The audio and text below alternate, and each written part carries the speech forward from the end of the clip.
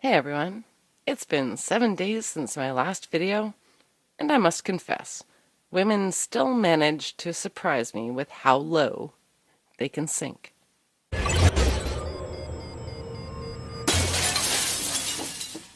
Welcome back to another episode of Legal Nightmares R Us. Settle in, get cozy, and find your mental safe space because, in a moment, I'm going to throw some information at you that you will probably have trouble believing. And yet I will prove to you that it's true. For those just joining in, I've been covering the Jian Ghomeshi trial. I'll put a link to the playlist below for those of you unfamiliar with the case. It's a cunning array of media stunts, or a stunning array of women caught lying under oath, and today I'm going to focus on witness number 3. This anonymous complainant, known in the Ghomeshi decision as SD, was discovered to have exchanged over 5,000 messages with co-complainant Lucy Ducotear, in which they shared information about their police statements and laughed about how they were enjoying the destruction of Mr. Ghomeshi's life. SD admitted in court that she had willfully misled police and the courts with her statements made under oath. Many Canadians feel that SD, along with Lucy Ducotear, should be charged with perjury, but that is unlikely to happen. Now, one of the benefits of making anonymous accusations is that it prevents the public from being able to investigate and potentially uncover evidence that would compromise your bullshit story. It also prevents people, I'm not normal people, from being able to find out how many other men you've accused of sexual assault. Given the rhetoric that it's incredibly stressful and terrifying to come forward as a sexual assault victim, you'd think that a woman could only handle making one allegation at a time. If I told you witness number 3, SD, was, during the Ghomeshi fiasco, simultaneously accusing another man of sex crimes in the media, you'd probably think it was impossible. And yet, it's true. SD was a dancer who met Ghomeshi during a dance festival performance in a park, July 15th to 20th, 2003. She claims she was nervous about coming forward because her brother is a musician in the same circles as Mr. Ghomeshi, and she didn't want to harm his career. It's not hard to figure out who she is from that information. Her brother, in fact, created the theme song for Ghomeshi's show Q, which does make her allegations kinda awkward. Witness number 3, SD, went to the police with her accusations against Jian Ghomeshi in December of 2014. Maclean's magazine broke another story in April 2015 called Scandal at the Ballet, featuring Sarah Doucette as a sexually exploited victim of photographer Bruce Monk during her time at the Royal Winnipeg Ballet School. At this point, Sarah Doucette had been working for a number of months with the primary complainant, Serena McCarroll, to compel police to press charges against their target. Gosh, how did she even have the time? No charges have been laid in the Monk case, mostly because what he's accused of doing wasn't actually illegal. But Mr. Monk was promptly fired from his job at the ballet school within weeks of the story breaking, so mission accomplished. You'll note with these cases, where women go to the media, not the police, the main goal is to destroy their target's career, and that goal is accomplished almost instantly. But other than Doucette, there is another connection between the accusations against Jian Ghomeshi and Bruce Monk, which I want to explore. That is, Canadaland. Now, the founder of Canadaland, Jesse Brown, is the independent journalist, and I use that term lightly, who broke the Ghomeshi story. He has promoted his approach to the case in terms of how well he took care of his sources, helping them craft their stories in a way that would be effective and make sure they couldn't be identified. In pursuit of this goal, Jesse Brown has admitted to altering or shaping the stories in some way. It's unclear how much the women's stories were altered in this crafting process, but his assistance was obviously so impressive that one of them thought to go to him when the Maclean's story didn't meet their expectations of one-sided storytelling. Canadaland published a denouncement of the Maclean's article about Monk on the premise that Maclean's had re-victimized their sources by not writing a skewed enough article. The women, apparently, went running to Jesse Brown after the article was published, complaining that the writer had been too neutral in their coverage of the story. They had dared to mention that Mr. Monk was an internationally recognized photographer whose work was featured in the film Vanilla Sky, and that his photography actually had artistic merit. Oh, shock and horror. I want to look at the Canada Land article a bit closer because it tells us what Jesse Brown thinks journalism should look like when dealing with serious allegations that can destroy a man's life. This is fairly stunning for a man who claims to be policing the media for accuracy and honesty in journalism. Now, Jesse didn't write this story, but we can assume he editorially approved of it. After we go through this, reflect back on how this might have affected the presentation of his so-called research on the Ghomeshi case. For a quick bit of history, Bruce Monk was accused of talking young women out of their clothing during photo shoots. He was a professional photographer of significant acclaim, known for the artistic merit of his ballet photos, and the girls were quite pleased when he offered to take photos for their portfolios. According to his accusers, they sometimes found themselves missing clothing at the end of the shoot. They don't know how it happened, but they were embarrassed about it later, and that's the basic gist of the story. They want answers as to how young women who spent grueling years perfecting their bodies for public display could end up having photos taken of their bodies. Jesse Brown says these women, like the so-called Ghomeshi victims, were, quote, groomed by their assailants. The word groomed comes up many times in the Ghomeshi accusations, and we find it employed again here. A little moment of translation is required. Groomed is a dishonest word for consent. These women agreed to attend photo shoots, agreed to take their clothes off, and didn't know quite how to explain it later, so they called it grooming of the vulnerable.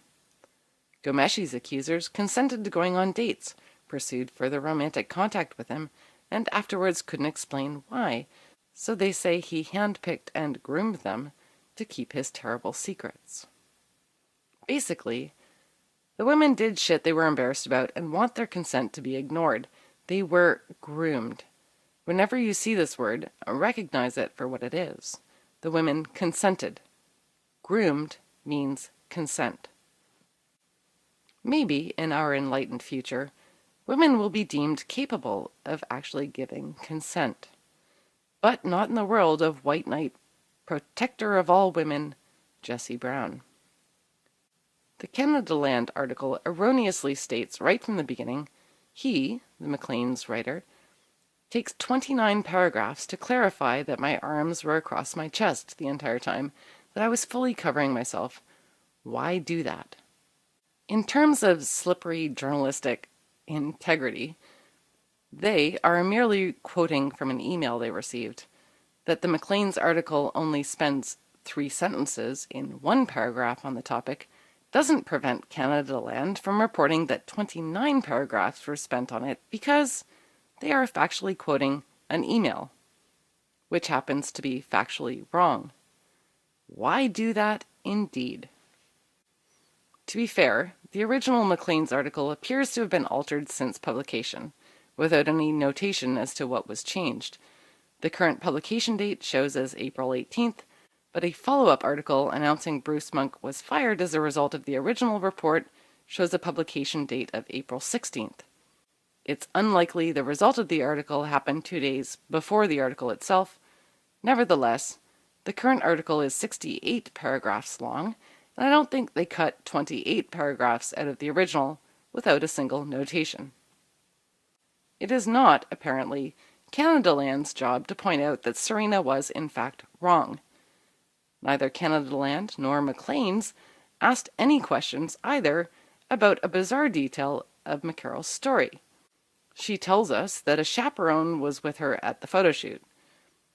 After claims that the chaperone wandered into the studio and was shocked to discover Serena half naked, we're told, McCarroll says, Monk told the adult chaperone he would drive McCarroll home alone, and the chaperone agreed. You see, proper journalism, it seems, does not require asking rational questions or fact-checking in any way, shape, or form. According to Canadaland and Jesse Brown, a journalist's main job is just to report unproven allegations as if they are true, and to make sure to only present one side of the case.